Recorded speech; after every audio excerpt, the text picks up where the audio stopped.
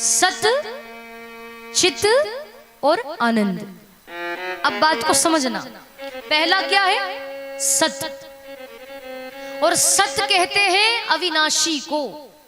सत यानी अविनाशी, जिसका कभी नाश नहीं होता, जो पहले भी सत्य था, मध्य में भी सत्य है और अंत में भी जो सत्य बचता है, उसी को हम सत कहते हैं, उसी को हम परमात्मा कहते हैं, उसी को हम अविनाशी कहते हैं, जिसका कभी नाश नहीं होता।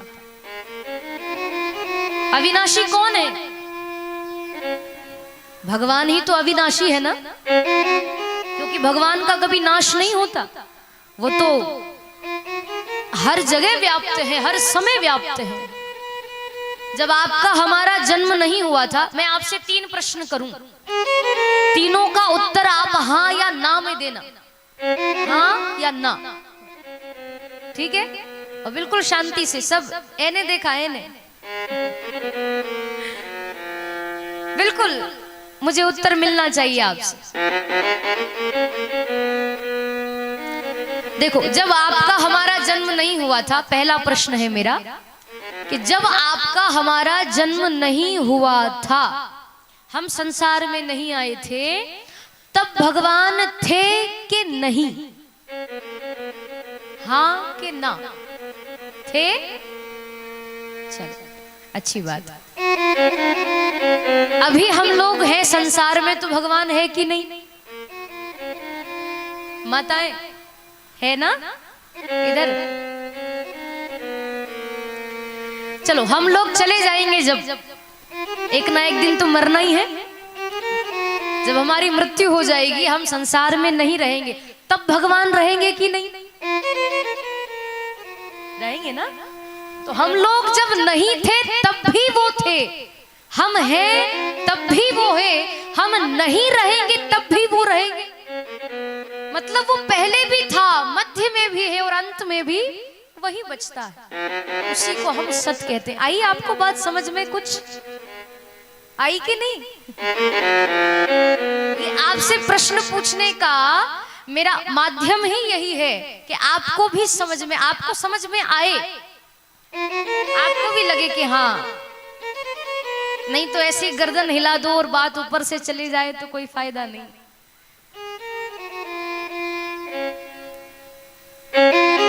अविनाशी है वो परमात्मा, जिसका कभी नाश नहीं होता। ना तो भगवान कभी जन्म लेते हैं, ना ही उनकी कभी मृत्यु होती है। होती है क्या? भगवान हमेशा प्रकट होते हैं और लीला संपन्न करके अपने धाम को चले जाते हैं, अंतर ध्यान हो जाते हैं। बाकी भगवान की कभी मृत्यु नहीं होती, इसीलिए उसको अविनाशी कहा गया है। सत भगवान कृष्ण है, तो सत हुआ। और दूसरा क्या बताया था मैंने? चित। चित्त कहते हैं प्रकाश को। एक होता है चित्त, चित्त अलग होता है और चित्त वो अलग होता है, दोनों में अंतर है। चित्त यानी प्रकाश और चित्त यानी हृदय। तो ये जो चित्त है ना, सत, चित्त और आनंद, ये चित्त वाला जो है वो प्रकाश है। चित्त यानी प्रकाश, उजाला। प्रकाश कौन है? प्रकाश स्वरूप कौन है? भगवान है। प्रकाश स्वयं परमात्मा है। क्योंकि हम लोग तो इंसान हैं, मनुष्य हैं, कोई किताब पढ़नी हो, कोई पुस्तक पढ़नी हो, कुछ अध्ययन करना हो, तो हम लोगों को तो बल्ब ट्यूबलाइट का सहारा लेना पड़ता है। हाँ, हेलोजन लगाओ, प्रकाश उजाला चाहिए। उजाले में कोई किताब, कोई पुस्तक हम पढ़ते हैं, अंधेरे में पढ़ सकते हैं क्या? हाँ, नहीं पढ़ सकते। अंधेरे में आप कोई किताब, कोई पुस्तक नहीं पढ़ सकते, आप अध्ययन नहीं कर सकते। बल्ब ट्यूबलाइट का सहारा तो लेना ही पड़ेगा, प्रकाश की आवश्यकता तो पड़ेगी ही। लेकिन उस परमात्मा को कभी किसी प्रकाश की जरूरत नहीं पड़ी। भगवान को कभी किसी प्रकाश की आवश्यकता नहीं पड़ी। क्यों? क्योंकि वो तो स्वयं प्रकाश स्वरूप है, जहां जाते हैं वहां प्रकाश हो जाता है। रामायण में भी तुलसीदास जी लिखते हैं, जगत प्रकाश प्रकाशक रामू, मायाधीश ज्ञान गुण धामू। वो परमात्मा प्रकाश स्वरूप है, जगत को प्रकाश देने वाला भगवान ही तो है। सूर्य में प्रकाश किसने दिया? भगवान ने ही तो दिया। चंद्रमा में प्रकाश भगवान, सब भगवान की कृपा से होता है। और आपको एक बात बताऊं, देखो भगवान प्रकाश स्वरूप है, ये बात तो निश्चित है, इसके लिए मुझे कोई प्रमाण देने की आवश्यकता नहीं है।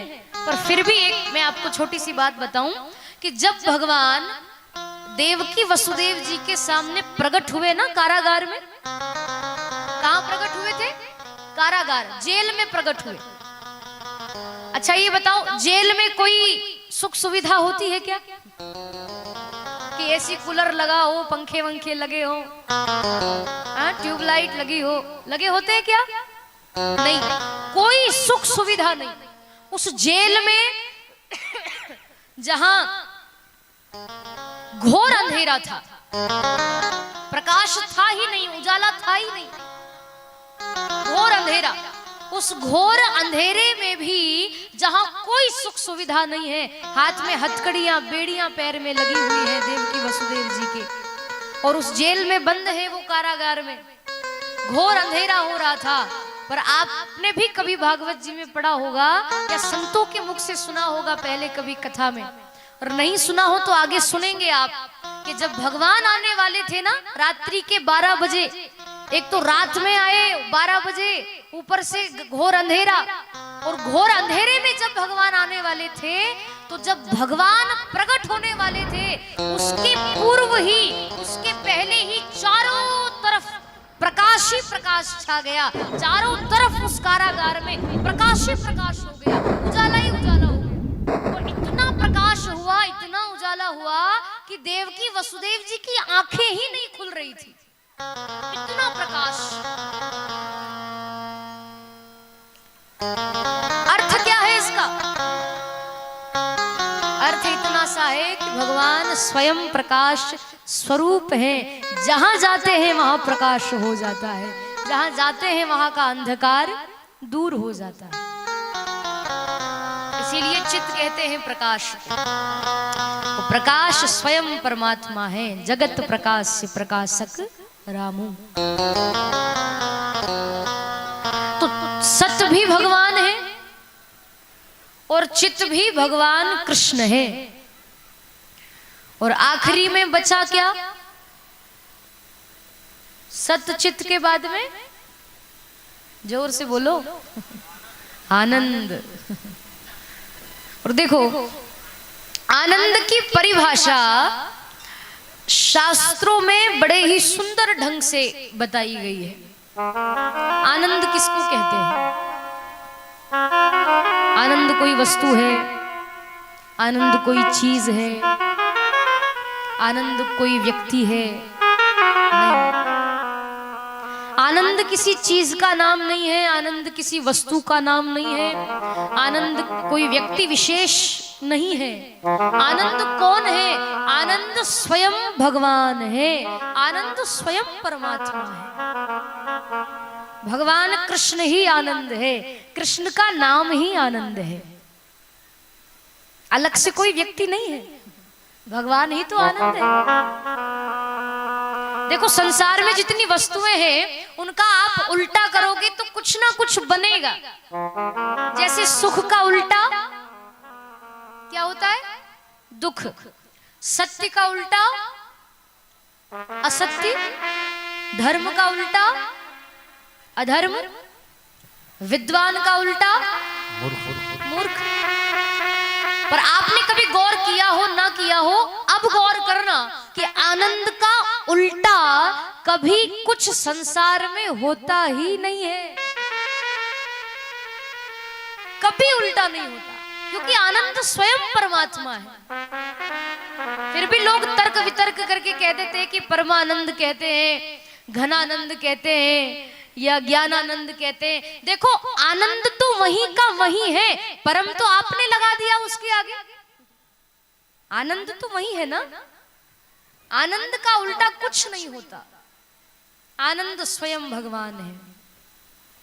और आपने एक बात और गौर की होगी कि चौथे दिन जब कृष्ण जन्म होता है और भगवान जब देवकी वसुदेव जी के यहाँ प्रकट होते हैं,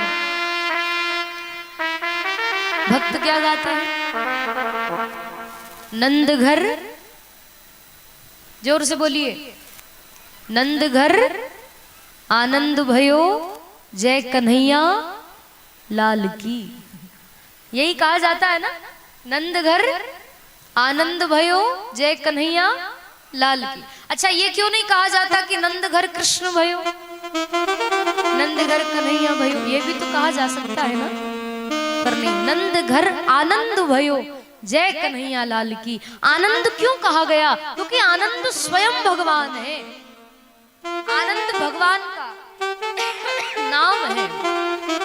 बाबा तुलसीदास जी भी रामचरितमानस में लिखते हैं, जो आनंद सिंधु सुख राशि सी करते लोक सुखासी। जो आनंद सिंधु सुख राशि सी करते लोक सुखासी।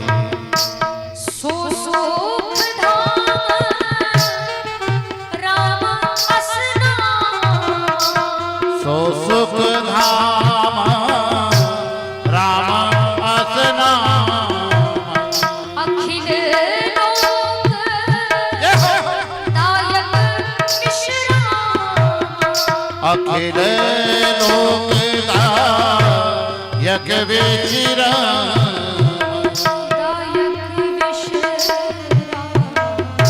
दायक विश्राम।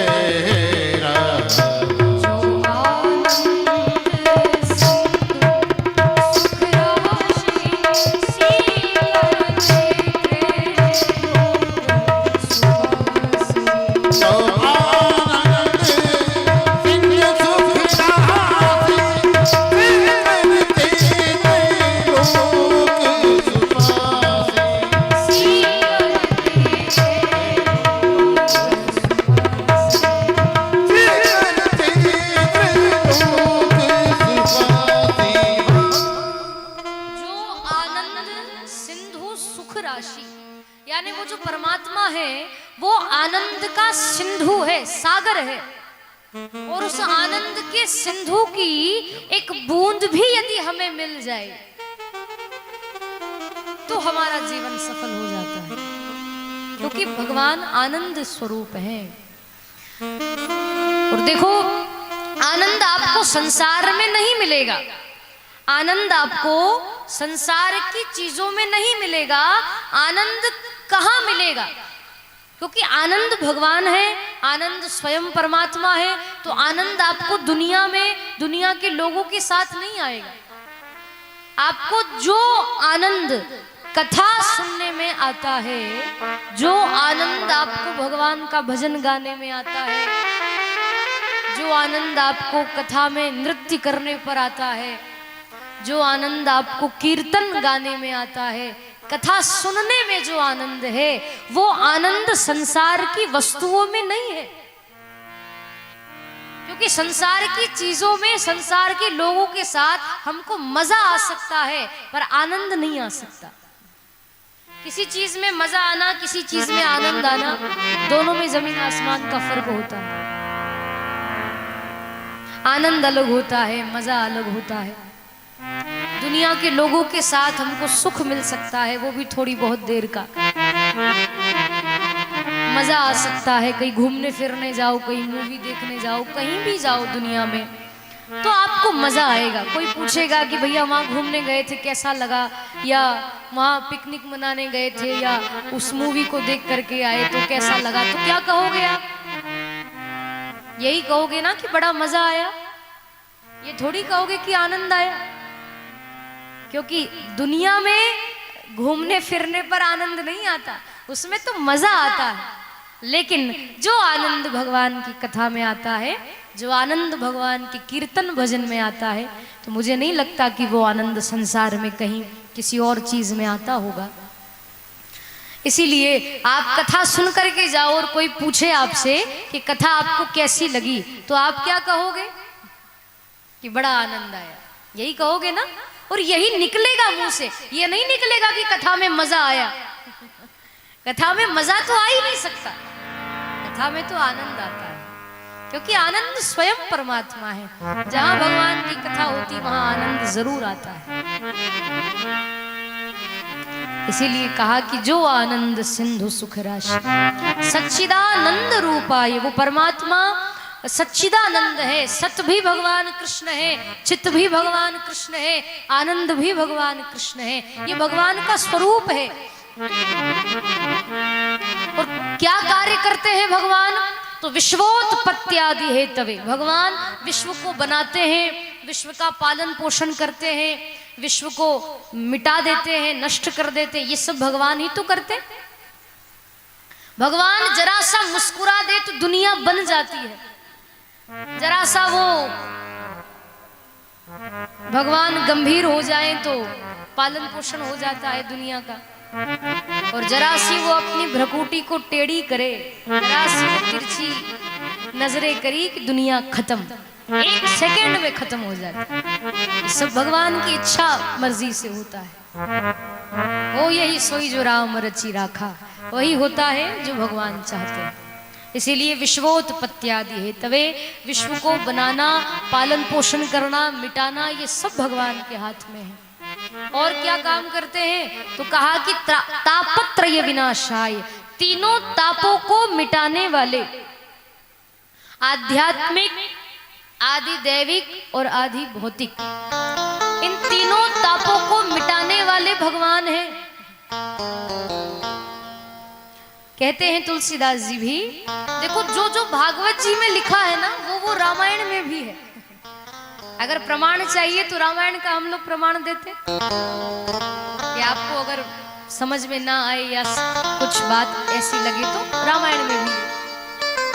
तापत्रय विनाशाय, तीनों तापों को मिटाने वाले हैं। यही बात रामायण में तुलसीदास जी ने लिखी है। क्या? दैहिक दैविक भौतिक तापा, दैहिक दैविक भौतिक तापा, राम राज्य का नहीं व्यापा, राम राज काहू नहीं व्यापा, दैहिक दैविक भौतिक तापा, दैहिक दैविक भौतिक तापा,